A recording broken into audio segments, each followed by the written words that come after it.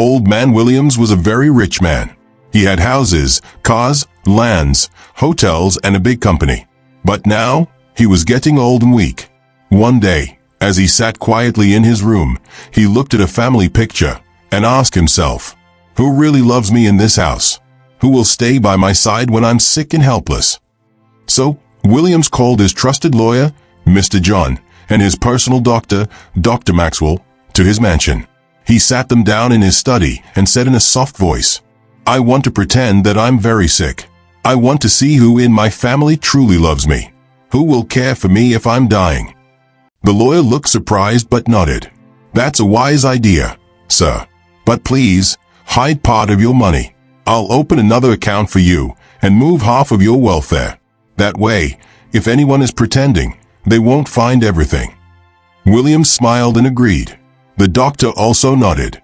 "I will tell your family that you have cancer and only 6 months to live. I'll act like it's true." And that was how the plan started. The next morning, Williams began to cough loudly. He stayed in bed and stopped going outside. He refused to eat well and looked very weak. His wife, Agatha, and the children, Frank the first son, David the second son, Cynthia the first daughter, and Rose the second daughter, all became worried. "Let's call the doctor," Cynthia shouted. Soon, Dr. Maxwell came and examined him in front of the whole family. Then he looked at them with a sad face and said, "I'm sorry. Your father is very sick. He has cancer. He may not live longer than 6 months." Everyone gasped. "What?" Rose cried out loudly. "No, Daddy. Please don't leave me." Even Frank and David looked shocked. Agatha put her hand on her chest and sat down slowly. In the first few days, the whole family acted like they cared. They brought him food. They checked on him. They sat beside him and said sweet words. But after a week, things began to change. Agatha stopped coming to his room. "I can't watch him suffer," she said. "It breaks my heart." Cynthia said she was too busy to stay long. David said he had to travel for work. Frank, the eldest son, started showing more interest in the company. One day, Frank walked into the study with some papers and told his father, "I think you should rest. Let me handle the company now." Williams looked at him quietly and nodded. Deep inside, he was watching and taking notes. Frank became the new face of the company. He changed the office, threw big parties, and started spending money carelessly. He bought a new car and went on vacations. Cynthia also took money and bought expensive wigs and clothes. David started spending lavishly on a young lady he met online. Meanwhile, Williams remained on his sickbed, pretending to be weaker each day. The only person who stayed by him all day was his youngest daughter, Rose. Rose would feed him, clean his room, sing for him, and even sleep on the floor beside his bed. "Daddy, I'll never leave you. I'll be by your side," she cried one day, holding his hand. One evening, Rose went to her mother, Agatha, and said, "Mummy, let's fly Daddy abroad. Maybe there's hope." But Agatha shook her head. "No, no. It's too expensive. What if he dies there? We'll waste money for nothing." Rose cried again that night beside her father's bed, holding his hand and wiping his forehead. On the other side of the house, Frank threw a big party and invited friends, telling them, "Soon, everything here will be mine."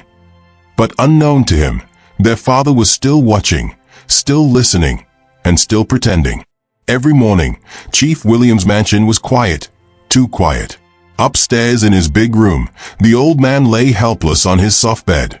His face looked tired. His chest rose and fell slowly. His cough was deep and dry, like something inside him was breaking. His lips trembled as he whispered, Rose, thank you, my daughter." Rose, his last child, sat beside him, holding his hand gently. She smiled through her tears. "I'm not going anywhere, Daddy."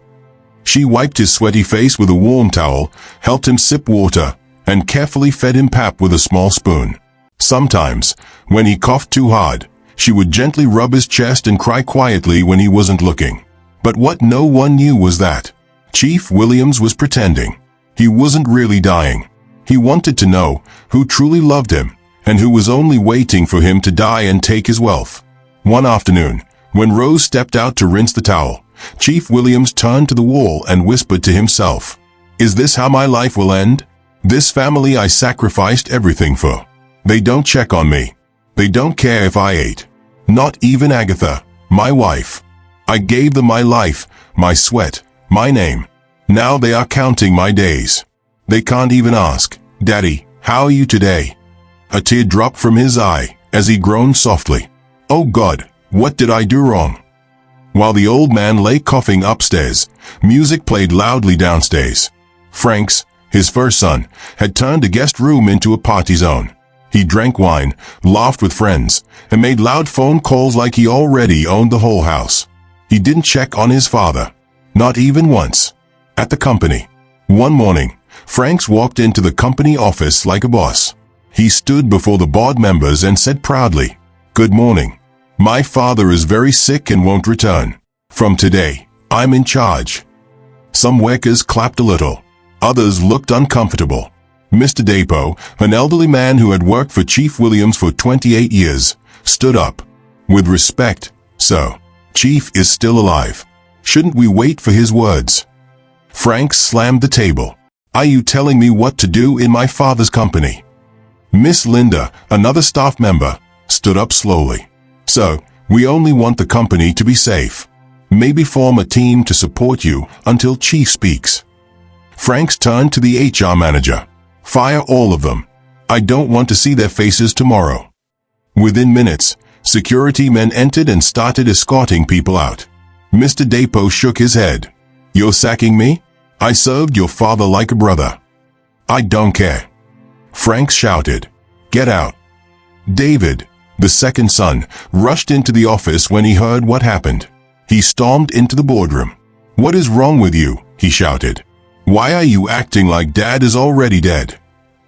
Franks leaned back in the CEO chair. "Wake up, David. Dad has 6 months. I'm just preparing ahead. You're ruining everything he built." David shouted. "You think you're smarter because you went abroad." Franks snapped. David stepped closer. "Stop this madness, or I'll stop you." Franks pushed him. David punched him in return. Security rushed in and dragged them apart. Later that day, Rose heard about the fight. She was heartbroken. She called both of them into the living room. With tears in her eyes, she said, "Why are you two fighting? You know Daddy is not well. Why are you fighting over his money and company when what he needs now is our love? Did Daddy not give us a good life? Has he not sacrificed enough for us? Why betray him now?" Franks looked down. David was silent. "If anything happens to him, God will not forgive us," she said and walked away in tears. That evening, while Rose fed her father, there was a knock. It was Mr. John, the family lawyer. He walked in, sat down, and said quietly, "So, your boys fought today. Frank sacked all your old staff. The company is not safe." Chief Williams gave a weak smile. "Let them show their true colors," he said. "I'm still watching." Just then, loud voices came from downstairs again. It was Agatha and Cynthia. "I want to sell that land." Cynthia shouted, "Why are you keeping it when Dad is about to die?" Agatha replied coldly, "Let him die first. Then we'll sell it." Chief Williams heard everything. His heart beat faster, not from sickness, but from the deep pain of knowing that his wife and daughter didn't show him love and care, but were just waiting for his death. That night, Rose came into the room with a tray of warm pap. "Daddy, please eat something," she whispered. Chief Williams looked at her with tired eyes and said softly, "Thank you, Rose. You are the only one who stayed." She sat beside him and cried silently. "If anything happens to you, Daddy, I won't forgive myself." He touched her hand weakly. The next day, Franks held another meeting at the company. "I have a new idea," he said. "We'll start a luxury fashion line, clothes, bags, perfumes. I want it big." One worker raised a hand. "But sir, we don't have that kind of money right now." Franks laughed. "Then borrow." I said do it. It's still my father's company. When David heard about the risky project, he was furious. He left the office immediately and rushed home. He entered his father's room and saw Rose holding their father's hand. "Rose, give us a minute," he said. "No," she replied. "Whatever you want to say it here." David looked at their father, lying weak and quiet. "Dad, Franks is ruining everything." Chief Williams opened his tired eyes, looked at David, then turned his face away without a word, because he was still pretending, still watching, still keeping his secret. Days passed. Old man Williams kept pretending to be weak and very sick, still lying on the same bed in his quiet room. Rose stayed with him always, feeding him, cleaning his body, and telling him stories. But outside that room, things were getting worse. One morning, David sat on the balcony, looking very angry. He had just returned from the company and was thinking deeply. "So Franks thinks he can take over everything and waste all our father worked for? I won't fold my hands anymore." The next day, David dressed up and went to one of their father's biggest luxury hotels in the city, Sunray Grand Hotel. The manager, Mr. Felix, was surprised to see him. "Good afternoon, sir," the manager said, standing up from his desk. "I came to tell you that this hotel is for sale," David said bluntly. "What?" Mr. Felix gasped. "Sir, with due respect, this is one of the best hotels your father built. He was so proud of this place. Please, don't sell it. This hotel means so much to him." David's face changed. "Are you questioning me in my father's property? You must be joking. If you try to stop me again, I'll sack you myself." Mr. Felix bowed his head. "I'm sorry, sir." But he was not at peace. As soon as David left, he picked up his phone and called the family lawyer, Mr. John. "Hello, sir. David wants to sell the hotel," he said quietly. "It doesn't feel right. Chief is still alive." "Don't worry," Mr. John replied. "I'll handle it." The next day, Mr. John sent trusted people to quietly buy the hotel. They acted like strangers. When David sold it to them, they kept the documents safe and handed everything to Mr. John. The lawyer hid the hotel papers in his private safe to keep them for Chief Williams, because he knew the old man was only pretending. But David didn't stop there. He also sold one of the large plots of land their father had left untouched for years. The same thing happened. Mr. John arranged trusted people who bought the land. They gave all the documents to him, and he locked them in his safe. David was happy, thinking he had made money, but unknown to him, his father still owned both the hotel and the land. 3 days later, news reached Cynthia. She stormed into the living room, where David was sitting, watching TV. She screamed, "David, you sold Daddy's hotel. And the land. Are you mad, David?" David turned around, surprised. "Cynthia, don't shout at me. I'm not a child." "You idiot," she shouted and slapped him hard across the face. "That land was meant for me. Don't you ever sell anything again." David slapped her back, and they both started dragging each other's clothes. Chairs fell, flower vases broke, and one of the maids ran to call Rose. "Miss Rose, please come fast. Your brother and sister are fighting." Rose ran in and saw Cynthia and David shouting and struggling. "What is wrong with you two?" she cried. "Why are you dragging our father's property when he's still very much alive?" David shouted back, "Is he really alive? Look at him lying down like a corpse every day." Rose's eyes filled with tears. "Daddy worked so hard to give us a good life. Is this how you're repaying him? Fighting and selling everything? Please stop." Cynthia hissed and walked out. David stormed out too. 2 days later, Agatha, their mother, entered Chief Williams' room. Her face was full of disgust. "This room stinks like death," she said sharply. "I can't breathe in here. Why does it smell like someone already died?" Williams coughed quietly and turned his face away. Agatha shook her head. "You are only sick, not dead yet. Clean yourself up and open the windows. Do you think all of us will die here because you're sick?" She clapped her hands twice and shouted, "Driver! Security!" Rose rushed in. "Mummy, what's going on?" Agatha turned to her. "I can't stand this room anymore. Your father will sleep in the guest room from now on. Even a hospital doesn't smell this bad." "But this is my father's room." Rose cried. "You can't do this." "Shut up." Agatha snapped. I'm still his wife. I decide what happens in this house. The driver and security guards came in. Carry him, Agatha ordered. Take him to the guest room now. No, don't touch my father, Rose shouted, standing in front of the bed. But the guards moved forward slowly, looking confused. Williams remained quiet, still pretending to be too weak to move. As they lifted him up gently, he looked around the room with sad eyes. His heart was heavy, not because he was truly sick, but because of the pain his family was bringing to his soul. Weeks passed, and the once booming company of Chief Williams began to suffer. Frank's bad spending and careless decisions were showing. The accounts were dry, profits were dropping, and loyal clients were leaving. Staff were murmuring, bills were piling up, and suppliers refused to deliver goods until they were paid. The new fashion brand Frank's launched with a huge billboard was a total failure. The clothes were too expensive, the styles were poor, and no one was buying. They needed money, fast. Frank sat in his office, stressed and sweating. Where can I get money now? If this company goes down, I'm finished. Then a wicked idea entered his mind. I'll sell the Sunray Grand Hotel. That hotel was the most popular and expensive in the city. Their father built it with pride and always called it my golden house. That evening, Franks called for a family meeting. Everyone gathered in the sitting room. Chief Williams lay quietly in the guest room upstairs, coughing as usual.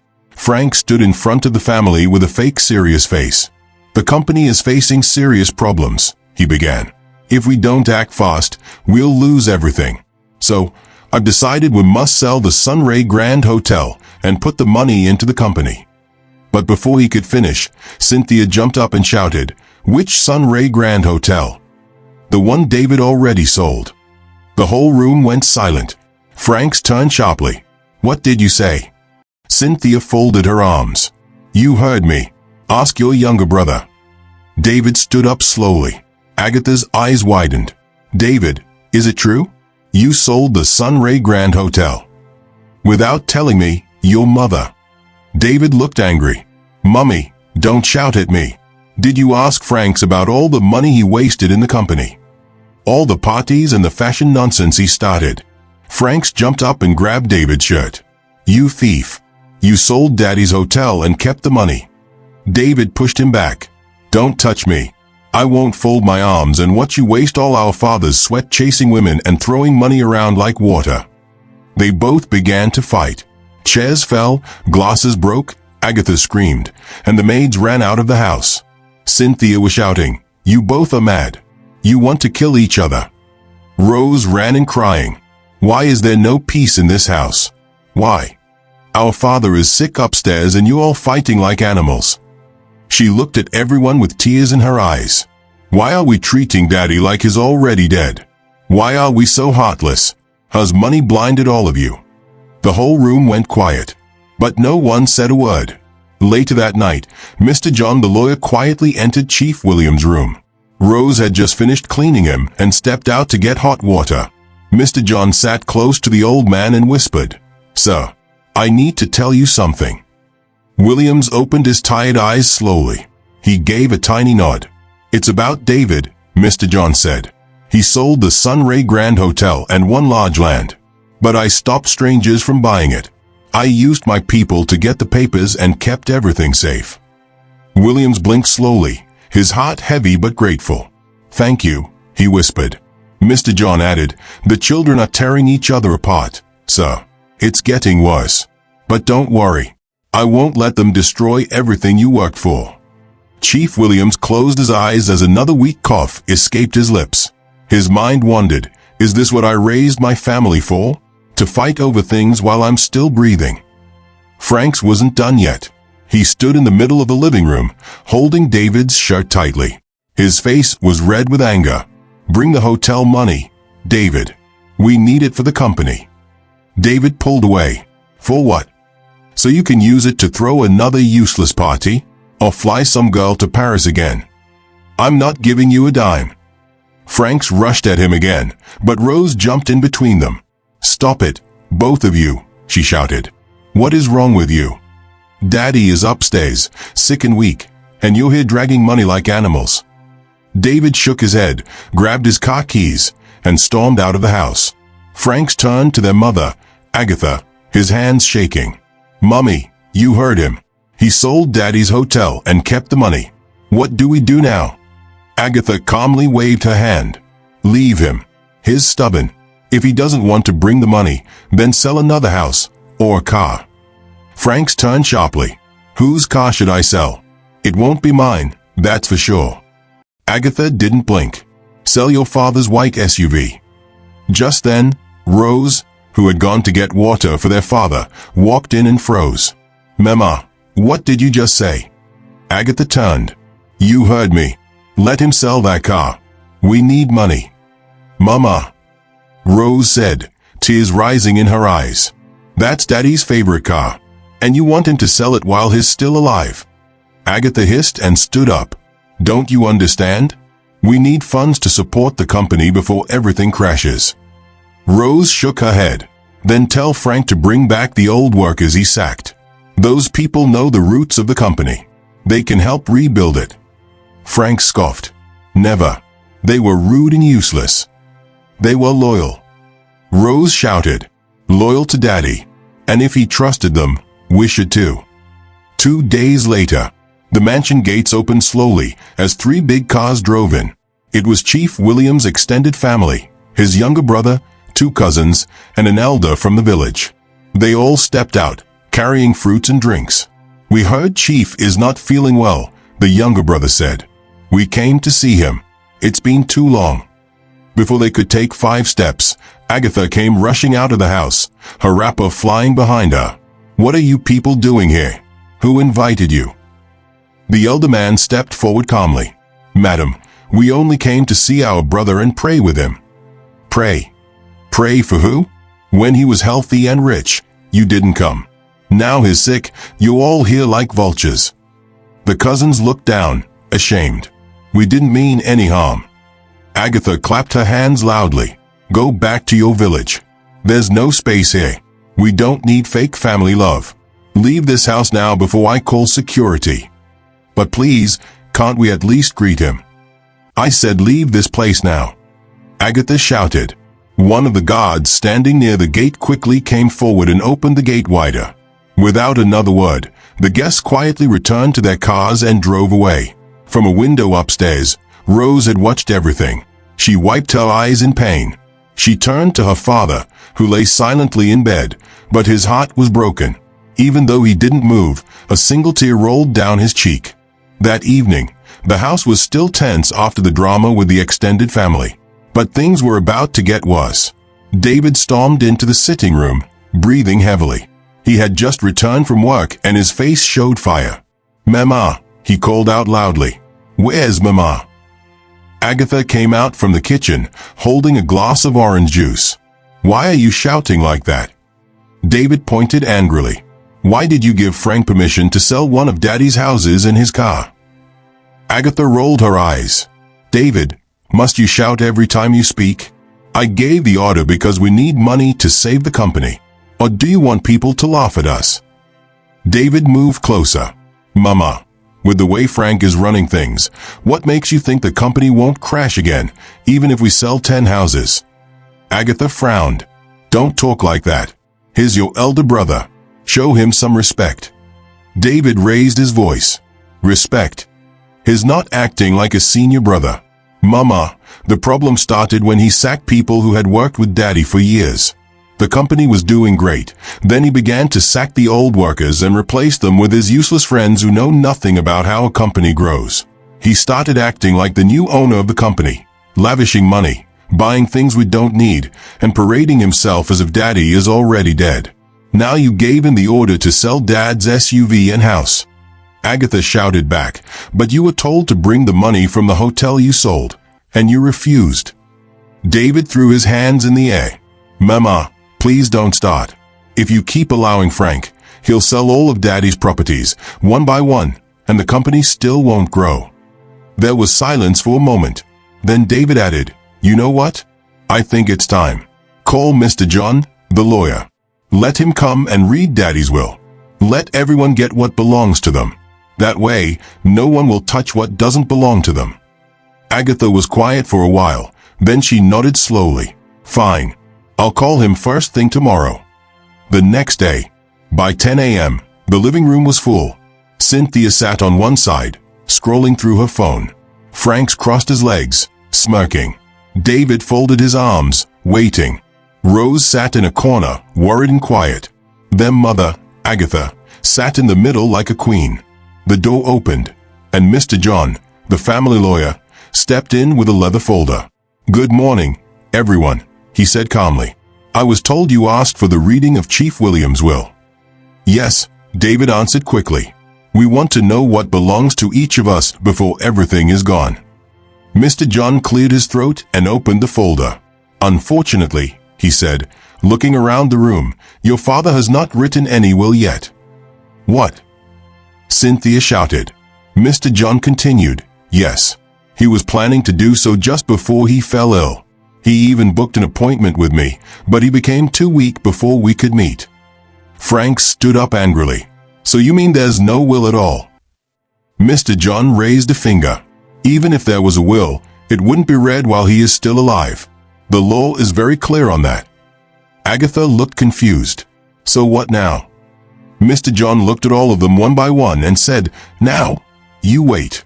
And you take care of your father. He is still alive. Stop fighting. Stop selling things. Stop tearing the family apart." Rose looked up with teary eyes and nodded slowly.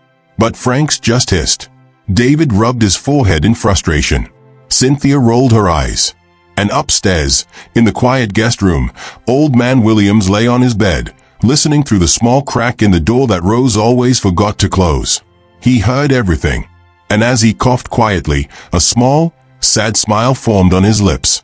"They have shown me who they truly are," he thought silently.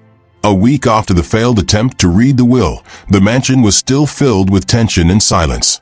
Everyone moved around with heavy faces, barely speaking to each other. But Agatha had something else on her mind. That afternoon, dressed in her finest lace gown and gold earrings, she stepped out of the house and drove to the home of her rich friend, Margaret, a woman known for her boldness and sharp tongue. They hugged at the entrance like old schoolmates. "Ah, Agatha, I heard your husband is very sick," Margaret said as they sat down in her beautiful living room. "I hope he gets better, but what's the doctor saying?" Agatha sighed heavily. "The doctor said it's cancer. And the worst part? He may not survive it. It's like I'm already a widow." Margaret leaned forward. "Huh, this is serious. How are you coping?" Agatha folded her arms. "Coping? With what? I'm not just sad. I'm lonely. No one to talk to, no one to hold me. He just coughs all day." Margaret raised a brow, a sly smile playing on her lips. "That means he can't satisfy you anymore." Agatha lowered her voice. "That part. I've been thinking about it." Margaret chuckled. "You're still young, Agatha. And you're beautiful.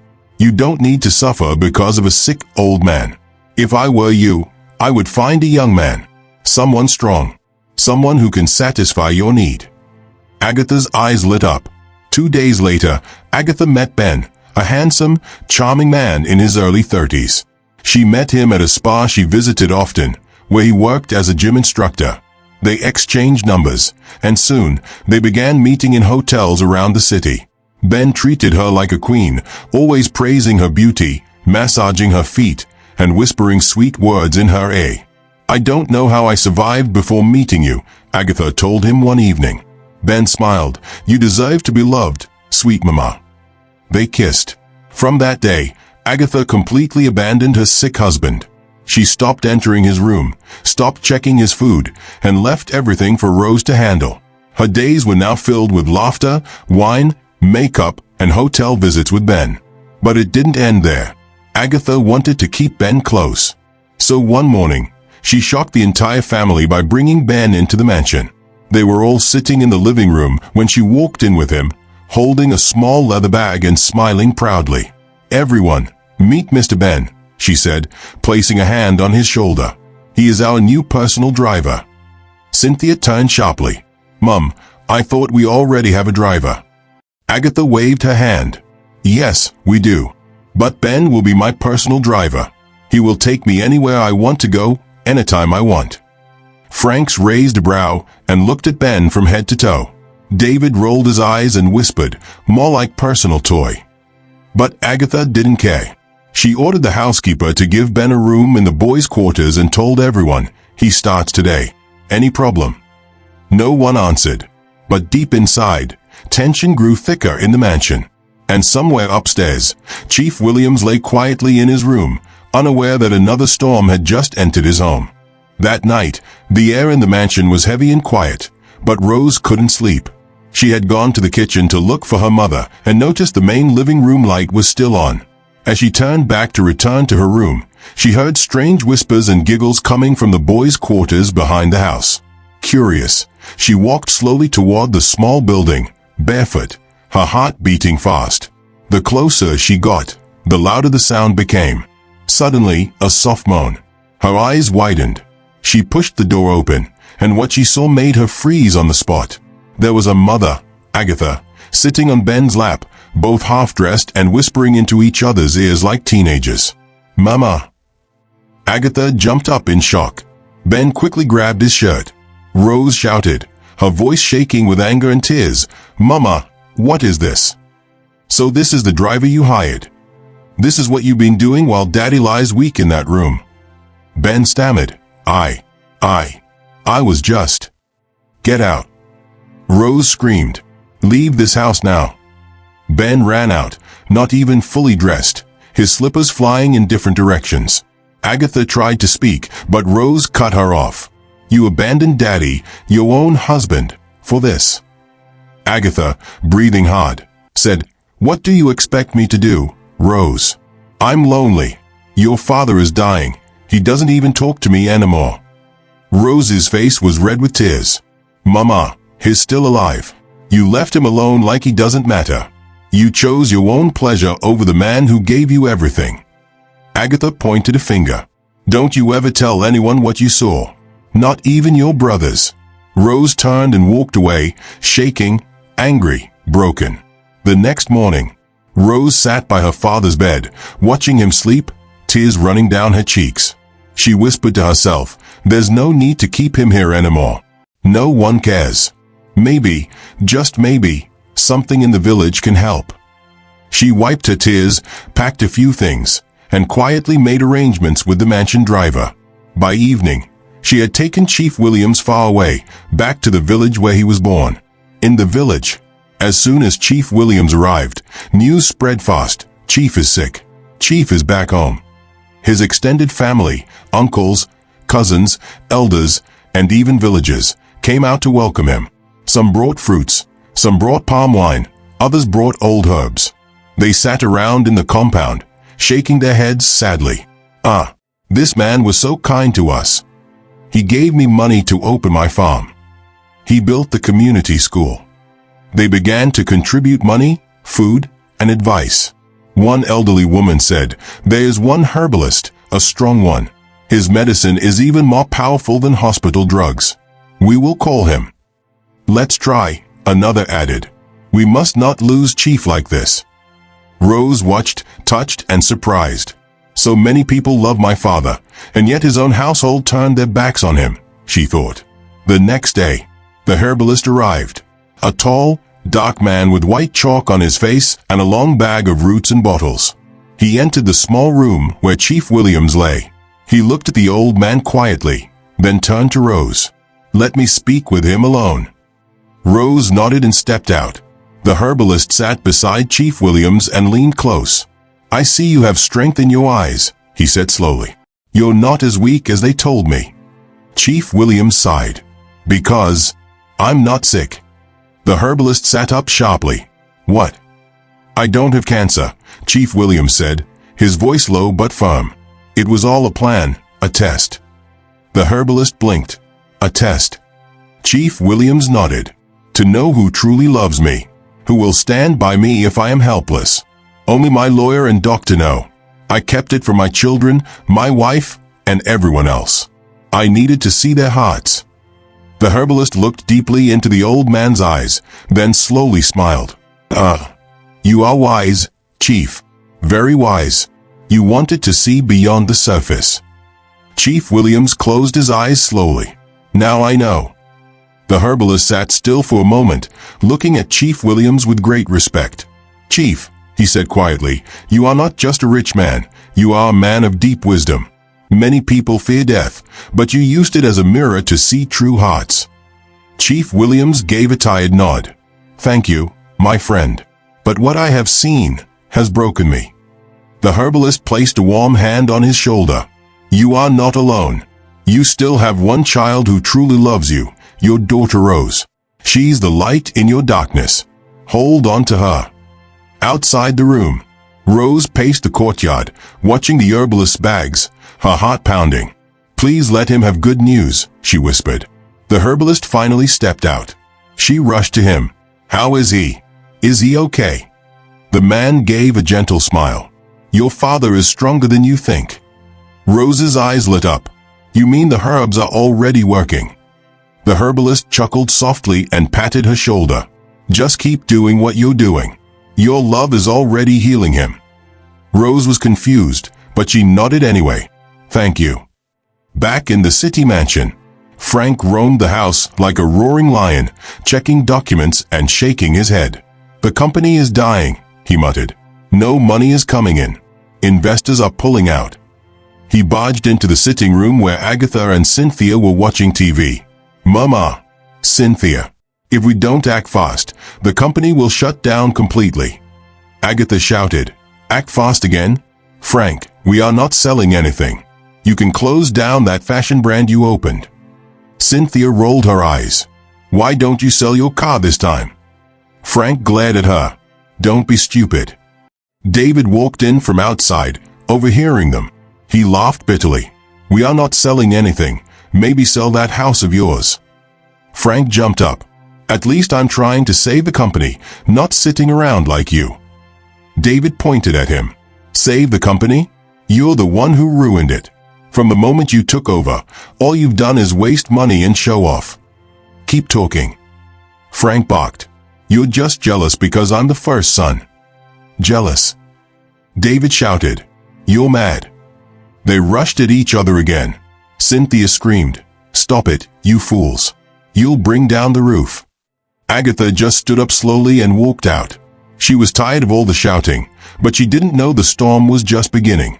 Back in the village, for the first time in many weeks, Chief Williams walked out of the small hut with help from Rose. He wasn't pretending now. He was just tired. Truly tired, not from sickness, but from heartbreak. The extended family gathered around, clapping.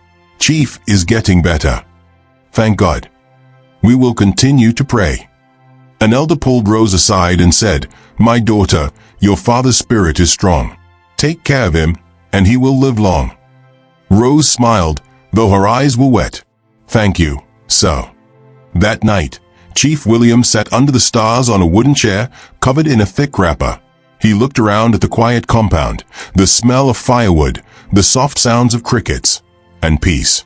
Something he hadn't felt in years. He whispered to himself, maybe this is the beginning of something new. That evening in the village, the sky turned orange as the sun slowly disappeared behind the palm trees. The compound was calm, with the soft breeze of evening sweeping through the trees. Chief William sat quietly under the mango tree, staring at the dusty ground. Rose came out with a warm bowl of yam porridge and placed it beside him. Daddy, eat something. You haven't touched anything since morning. He looked up at her. His eyes were tired, but there was peace in them now. Rose, he said gently, sit down, my daughter. There's something I must tell you. Rose blinked. What is it, Daddy? Chief William sighed and took her hand. I have to tell you the truth. Everything you saw, the sickness, the doctor's report, the coughing, the weakness. He paused. Rose looked confused. He continued, it was all a test. I was never sick. I don't have cancer. Rose gasped. Daddy, what? I pretended, he said slowly, because I wanted to know the heart of everyone in our family. I wanted to know who truly loves me when I can no longer give money, when I can't speak, walk, or stand. I wanted to see who will wipe my tears and who will fight over my treasures. Rose sat frozen, her eyes wide. So, All this time?" Chief Williams nodded. "You were the only one who stood by me," he said, tears welling up in his eyes. "You fed me. You bathed me. You even brought me to this village, hoping to find a cure. But I wasn't sick. I was watching, and you made me proud." Rose covered her mouth, shocked beyond words. Later that night, Chief Williams asked the elders and the extended family members to gather under the big tree. He stood, this time without help, and raised his voice. "My people, I have something to confess." The elders and cousins looked at each other in surprise. "I was never sick. I never had cancer." They gasped. "It was a plan," he continued. "I wanted to test my family, to know who truly loved me, and who only loved my wealth." The elders stared in silence. Chief Williams raised his hands. "And now I know. But I want to thank all of you. The way you came together, your love, your support, your prayers. I will never forget it." He turned slowly. "Especially you, my daughter Rose. You stood beside me even when everyone else walked away." Everyone clapped. One elder stood up. "Chief, you have taught us something great. This world is full of pretenders. You are truly wise." Another woman added, "Your daughter is a blessing. May God bless her more." Chief Williams smiled for the first time in many weeks. The next day, the morning sun rose bright and bold. Rose helped her father pack his small bag. He wore a clean native outfit, walked with strength, and smiled at everyone in the compound. When they reached the car, the villagers gathered again. "Chief, safe journey. Come back to visit O. We love you, Chief." Chief Williams waved at them, blowing kisses as the car drove off slowly down the red dusty road, back in the city. It was like a dream. As the car entered the mansion compound, the gatemen opened their mouths in shock. "Chief." They watched in disbelief as the old man stepped out of the car, not coughing, not limping, not weak. He was strong. He was alive. He was back. Rose stood beside him, holding his bag. "Let's go in, Daddy," she said softly. He nodded. "It's time." But the real shock was waiting inside. Inside the house, Cynthia was scrolling through her phone on the couch when she heard the door open. She turned casually, then froze. Her mouth dropped open. "Daddy." She jumped to her feet and ran toward him. "Daddy, you're walking. You're okay. You're not coughing." She hugged him tight. "I can't believe it. I thought. Just then, David came downstairs, wearing headphones. He pulled them off in shock. "Wait, what's going on here?" He saw his father, standing, alive, strong, not weak, not dying. "Daddy." Frank followed behind, holding a bottle of wine. When he saw his father, the bottle dropped from his hand and shattered on the floor. You're fine." Chief Williams looked at his 3 children and gave a small smile. "Good afternoon." From the kitchen, Agatha's voice echoed. "Who broke something again in this house?" She stopped as she stepped into the living room, and her eyes caught the one man she thought would never walk again. Her heart nearly jumped out of her chest. "Darling." She grabbed the wall for support, staring at Williams and then at Rose. "You're well. You're strong. You're walking with strength." Rose stood beside him proudly. "Welcome home, Daddy," she said softly. Chief Williams nodded and walked straight into his master bedroom without saying a word. The whole house went quiet like a funeral ground. Everyone turned to Rose like bees. Cynthia grabbed her hand. How did this happen? What did you do?" David added, "The doctor said he had late-stage cancer and was going to die. How is he standing like nothing happened?" Frank scratched his head. "This has to be a miracle." Agatha whispered, "It's like I'm dreaming." Rose gave them a calm but cold stare. "I didn't perform a miracle. I just gave our father what he truly needed: love, care, and peace. Any other question, you can go and ask him yourselves." She turned and walked upstairs, leaving them in total confusion. Later that night, Chief Williams sat alone in his room.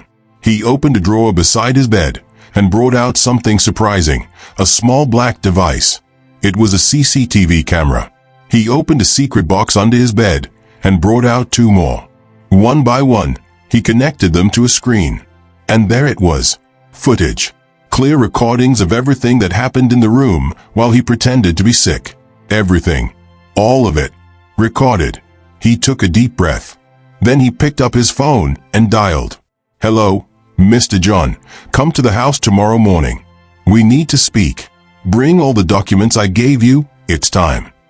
Downstairs, the rest of the family sat in the living room, silent. Each one lost in thought. The living room was heavy with silence. No one spoke. No one moved. David sat with his head low. Cynthia was biting her nails. Franks had both hands squeezed into fists. Agatha stood at the corner of the room, arms folded, eyes darting nervously. The family lawyer, Mr. John, sat with a calm face and a brown folder in his hand.